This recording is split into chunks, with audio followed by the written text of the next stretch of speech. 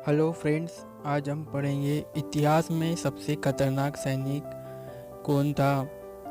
आइए देखते हैं आज का हम कि जो इतिहास के समय में सबसे खतरनाक अकेला सैनिक कौन था। कप्तान बाबा हरभजन सिंह 30 अगस्त 1946 से 4 अक्टूबर 1968 तक एक भारतीय सेना के सिपाही थे।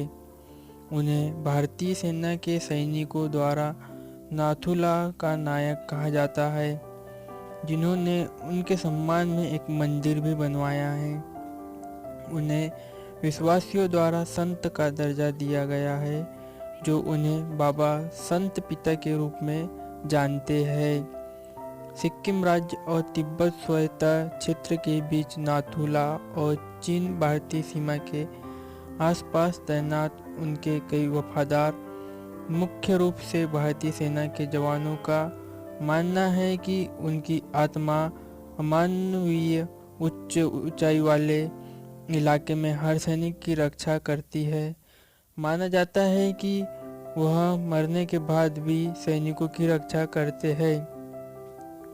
बाबा हरभजन सिंह का जन्म एक सिख परिवार में 30 अगस्त 1940 को सदराना अब पाकिस्तान में चले गया है वो गांव में हुआ था।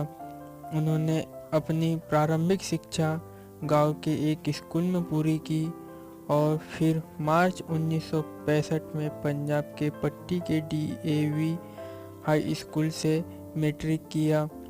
उन्होंने अमृतसर में एक सैनिक के रूप में भर्ती हुई और पंजाब रेजिमेंट में शामिल हो गए।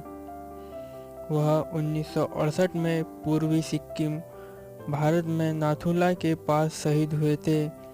22 साल की उम्र में हरभजन सिंह की प्रारंभिक मृत्यु कथा और धार्मिक श्रद्धा का विषय है, जो भारतीय सेना के नियमित जवानों, उनके गांव के लोगों और सीमा पार चीनी पीपुल्स लिबरेशन आर्मी PLA के लोगों के बीच लोकप्रिय लोक कथा बन गया है। उनकी मृत्यु का आधिकारिक संस्करण यह है कि वह 14,500 फीट मतलब 4,400 मीटर नाथुला, तिब्बत और सिक्किम के बीच एक पहाड़ी दर्रा पर लड़ाई का शिकार हुए, जहां 1965 के चीन भारतीय के दौरान भारतीय सेना और PLA के बीच कई युद्ध हुए थे।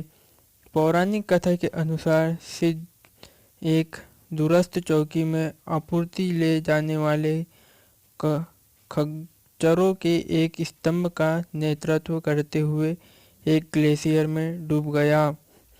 3 दिन की खोज के बाद उनके अवशेष पाए गए। उनके शरीर का बाद में पूरे सैन्य सम्मान के साथ अंतिम संस्कार किया गया। कहानी आगे ही दावा करती है कि स्वर्गीय सिंह ने खोज दल को अपना शरीर खोजने में मदद की। कुछ भारतीय सैनिकों का मानना है कि भारत और चीन के बीच युद्ध की स्थिति में बाबा भारतीय सैनिकों को आसन्न हमले के लिए कम से कम 3 दिन पहले चेतावनी देते थे। नाथुला में दोनों देशों के बीच फ्लैग मीटिंग के दौरान चीनियों ने उन्हें सम्मानित करने के लिए एक कुर्सी रखी। ऐसे ही भारत के अनेकों रोचक तथ्य इतिहास को जानने के लिए हमारे चैनल को सब्सक्राइब जरूर करिए।